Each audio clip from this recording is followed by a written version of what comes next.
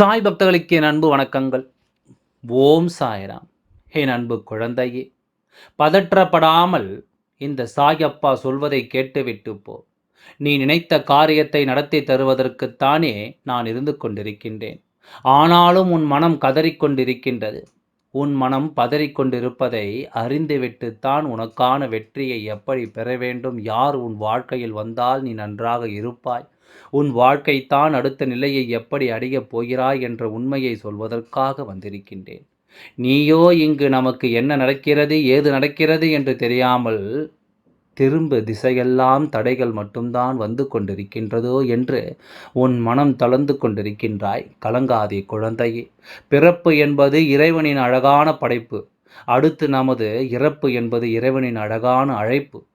பிறப்புக்கும் இறப்புக்கும் இடைப்பட்ட காலத்தில் நமக்கு தரப்பட்ட இந்த வாழ்க்கையை இறைவனின் வழியில் வாழ்ந்தால் மட்டும்தான் நமக்கான வெற்றியை பெற்றுக்கொள்ள முடியும்.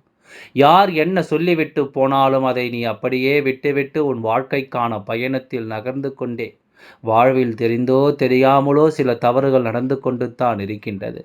அந்த நிகழும் தவறுகளில் இருந்துதான் நமக்கான பாடத்தை நாம் கற்றுக்கொள்ள வேண்டியது இருக்கின்றது. அப்பொழுது அந்த பாடத்தை கற்றுக்கொள்ள தருவதுதான் மிகப்பெரிய தவறாக இருக்கும். நீ என் குழந்தை, என் ஒன்றை மட்டும் சொல்கின்றேன், கவனமாக கேள். உன் இல்லத்திற்கு வெளியே ஒருவர் நின்று கொண்டு அங்கு உள்ளே வர முடியாமல் கதறி அழுது கொண்டிருக்கின்றார். நீ அவரை அழைப்பதற்கு ஏன் இவ்வளவு தயக்கம் காட்டுகிறாய்? அவன் ஒரு அருகில் இருந்து உன் வாழ்க்கையை வளம் பெறச் செய்தால்தானே உன் வெற்றியை உன்னை தேடி வரும். அதையெல்லாம் விட்டுவிடு. அப்படி நடக்குமோ இப்படி நடக்குமோ என்று எண்ணிக்கொண்டு உன் வாழ்க்கையை தொலைத்து விடாதே. அவர் உனக்கானவர். உன் இரத்த உறவான அந்த ஆத்மாவும் உன் அருகில் இருந்து கொண்டு உன்னை சுற்றி நடக்கும் விஷயங்களை கண்காணித்து உனக்கான பாதையை தெளிவுபடுத்தி கொண்டிருக்கும் போது நீ எதற்காக குழந்தையே யாருமே இல்லை என்று உன் தனிமையின் போராட்டத்தை நினைத்து நினைத்து வருந்தி கொண்டிருக்கின்றாய்? எண்ணங்கள் தான் வாழ்க்கையின் வண்ணங்களாக மாறும் என்பது போல உன் எண்ணத்தை தெளிவாக அல்ல, உன் உயிரோடு முதலில் உன்னை சுற்றி என்ன நடந்து கொண்டிருக்கின்றது என்பதனை நீ உணர்ந்து கொள். தைரியம் என்பது உன் உயிரோடு கலந்து மூச்சை போன்றது. இந்த தைரியத்தை கையில் பிடித்து துணிச்சலோடு வெற்றிப்படியை ஏன் நீ ஏற்றிக் கொண்டிருக்கின்றாய்? ஏற்றிக்கொண்டே இரு. நாளை தன்னம்பிக்கை தான் ஆகத்தான் பிறக்கப் போகிறது. உனக்கு வேண்டியது தானாக நடக்கும். என் அன்பு குழந்தையே, உன்னை சுற்றி நடக்கும் விஷயத்திற்கு தீவினைகளும் தீய சக்திகளும் தான் காரணமாக இருந்து கொண்டிருக்கின்றது என்று நீ நினைக்கின்ற பட்சத்திலே அந்த நல்லதை செய்வதற்கு யாராவது ஒருவர் உனக்கு துணையாக இருக்க வேண்டும் என்று தான் நீ நினைக்கின்றாய். அந்த நல்லவர் நானாகவே இருந்துவிட்டு போகிறேன் என்று தான் உன் உறவான நான் உன்னை சுற்றி சுற்றி உனக்கான விஷயத்தை பார்த்து பார்த்து செய்து கொண்டிருக்கின்றேன். உன் வாழ்க்கையில் என்ன நடக்க வேண்டும், இது நடக்க வேண்டும் என்று தெரியாமல் நீ மனம் பரிதவித்து கொண்டிருக்காதே. எதிர்பார்க்காமல் உன் வாழ்க்கையை வாழ்ந்து கொண்டிருக்கின்றாய். அப்படி இருக்கும் பட்சத்தில் உன் அன்பு நிலையானதும் உறுதியானதாகவும் இருந்துவிட்டு போதிலும் உன்னை ஏமாற்றியவர்கள் பலர்தான் இருந்து கொண்டிருக்கின்றார்கள். அப்படிப்பட்டவர்களை உன்னை சுற்றி நீ வைத்து கொண்டிருந்தால் நன்மையான காரியத்திற்கும் நல்லதுக்கும் எப்படி குழந்தையே அங்கு வழி பிறக்கும் என்று நினைத்து கொண்டிருக்கின்றாய்? வாழ்க்கையில் எப்பொழுதுமே நமக்கு வெற்றித்தான் கிடைக்க வேண்டும் என்று நினைப்பது தவறில்லை. ஆனால் அந்த வெற்றிக்காக நீ எத்தனை தடவை போராடி நீ கொண்டிருக்கின்றாய் என்பதுதான் உண்மை. நீ விரும்பும் நல்ல செய்தி உன்னை தேடி வரும்போது உனக்கான தோல்வியை கண்டெல்லாம் தோற்றுவிடாதே. உன் மனம் விட்டு கொடுக்காத சில விஷயத்திற்கு நீ ஏன் அங்கு பணிந்து போய் கொண்டிருக்கின்றாய்?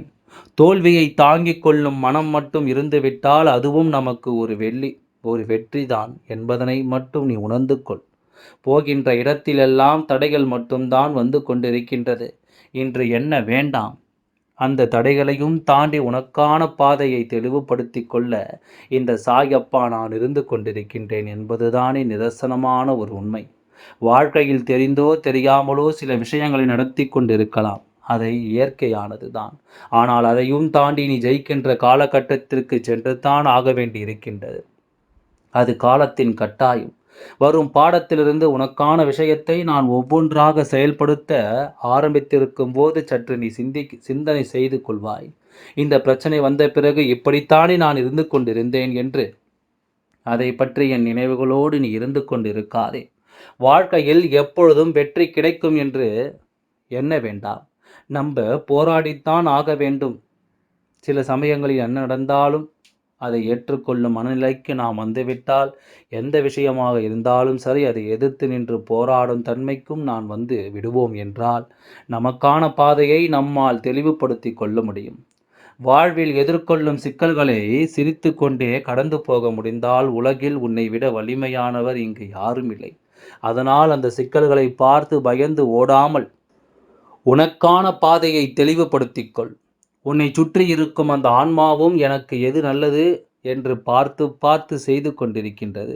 உன் வெற்றியை இங்கு தடுப்பதற்கு யாராக இருந்தாலும் சரி, அந்த நிலைகளை எல்லாம் தாண்டச் செய்துவிட்டு உனக்கான பாதையை தெளிவுபடுத்திக் கொள்ள அவரோ இப்பொழுது வந்து உன் தடைகளை அகற்றிவிட வழி செய்து விட்டார். இனி எதற்காகவும் நீ வலிக்கிறதோ என்று நினைத்து கொள்ள வேண்டாம். உன் மனம் எங்கும் விஷயத்தை அவர் பார்த்து கொள்கிறேன் என்று சொன்னதால்தான் இந்த சாயப்பா இப்பொழுது நான் உனக்கு மட்டுமல்ல அவர்களுக்கும் உன் அருகில் இருப்பதற்கான தகுதியை கொடுத்திருக்கின்றேன். நீ மனம் வருந்தி கொண்டு இருப்பதால் இங்கு ஒன்றுமே நடப்பதில்லை. மாறாக கடந்து வருகின்ற வாழ்க்கையில் சில பேரை கடந்து வந்து தானாக வேண்டும் என்று நினைத்து விட்டால் கடந்து தானே ஆக வேண்டும். என் குழந்தையே, மனதில் எந்த ஒரு மாற்றத்தையும் எடுத்து நின்று போராட நீ கற்றுக்கொள்ள வருவது நல்ல நிலையாக இருக்கும்போது நீ எதற்காக அந்த மாற்றத்தை ஏற்றுக்கொள்ள இவ்வளவு சங்கடப்பட்டு கொண்டிருக்கின்றாய்?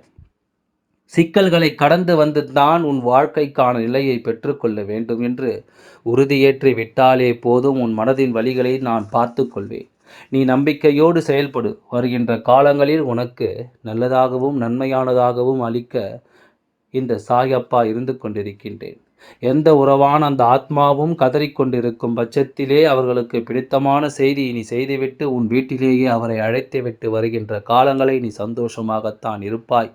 நீ யார், எப்படிப்பட்டவர் என்று அடையாளம் தெரியாமலே உன் மனம் குழம்பி தவித்து கொண்டிருக்கின்றது. இப்பொழுது அந்த நிலையை தாண்டி உன் மனதில் தேவையான விஷயத்தை தருவதற்குத்தான் இந்த சாயப்பா இருந்து கொண்டிருக்கின்றேன். எப்பொழுதும் நீ என்னை விட்டுவிட்டு என்னை சரணாகதி அடைந்தாயோ அன்று முதல் உனக்கு உன் வாழ்க்கைக்கு தேவையானதை கொடுப்பதற்குத்தான் இந்த சாய் வந்திருக்கின்றேன் என்பதுதான் நிதர்சனமான ஒரு உண்மை. நான் கஷ்டப்படுகிறேன் என்று ஏன் நீ சொல்லாதே. இதிலிருந்து என்னை மறக்க வைப்பதற்கும் உன்னை மீட்டெடுப்பதற்கும் உன் சாயப்பா நான் இருக்கும்போது எனக்கு என்ன கவலை? நேர்ந்துவிட போகிறது என்பதில் தீர்க்கமாக நம்பு. என் உருவத்தை நீ நிலையாக வைத்துக்கொண்டு உன் வெற்றிக்கான பாதையை தேர்ந்தெடுத்துக் கொள்வதில் உறுதியாகவும் தெளிவாகவும் இருந்துவிட்டு உன் பாதையை தெளிவாகும் முயற்சிகளில் உன் சாயப்பா உன் கூடவே சேர்ந்திருக்கும் போது உன் மனதை நீ தளரச் செய்து விடாதே. கீழே விழுந்து விட்டேனோ என்று என்னை எண்ணிக்கொள்ளாதே. வீழ்ந்தாலும் அதே கரம் பற்றி தூக்கி விடுவதற்கு அதை கம்பீரத்தோடு என் சாயப்பா இருக்கும்போது எனக்கு என்ன கவலை நேர்ந்துவிடப் போகிறது என்பதில் உறுதியாகவும் தெளிவாகவும் மாற்றத்தை நோக்கி பயணிக்கும் உன் மாற்றமானது உனக்கு நல்லதை தான் கொடுக்கப் போகிறது என்ற ஒரு செயலை செய்தாலும் உன் வாழ்க்கையில் சந்தோஷத்தின் மகிழ்ச்சியும் தொலைத்து கொண்டு இப்பொழுது நம்பிக்கை இழந்து கொண்டிருக்கின்றேனோ என்று எண்ணிக்கொள்ள வேண்டாம். உன் வாழ்க்கையில் உனக்கான வெற்றியை தருவதற்குத்தான் உன் சாயப்பா நான் இருந்து கொண்டிருக்கின்றேன். மனதில் இருப்பதை நீ உள்ளதை உள்ளபடி பலிக்க நடப்பது எதுவாக இருந்தாலும் சரி, நான் உனக்கானதில் இருந்து விட மாட்டேன். உன் கையை பிடித்து விட்டேன். உன் உறவான ஆத்மாவை இனி உன் உறவான ஆத்மாவை இனி உன்னை தேடி நான் வரச் செய்வேன். எல்லாம் நல்லபடியாகவே நடந்து முடியும். ஓம் சாய்ராம். நன்றி. வணக்கம்.